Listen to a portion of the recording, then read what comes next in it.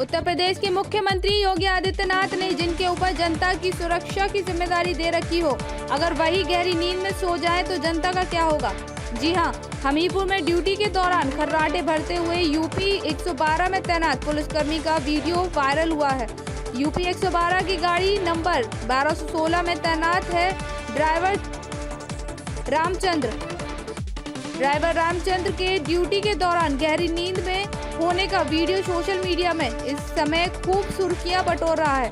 पुलिसकर्मी के इस कदर नींद में खर्राटे भरने का वीडियो वायरल होने से यूपी 112 पर जनता की सुरक्षा को लेकर सवालिया निशान खड़े हो गए हैं। वहीं इस प्रकरण पर क्षेत्राधिकारी अनुराग सिंह का कहना है कि वायरल वीडियो की जांच की जाएगी। जांच के पश्चात आवश्यक कार्रवाई की जाएगी। पूरा मामला सुमेरपुर थाना क्षेत्र के चंद्रपुरवा बुजुर्ग के हनुमान मंदिर के गेट का पास का है। संवाददाता दिनेश कुमार, सविता।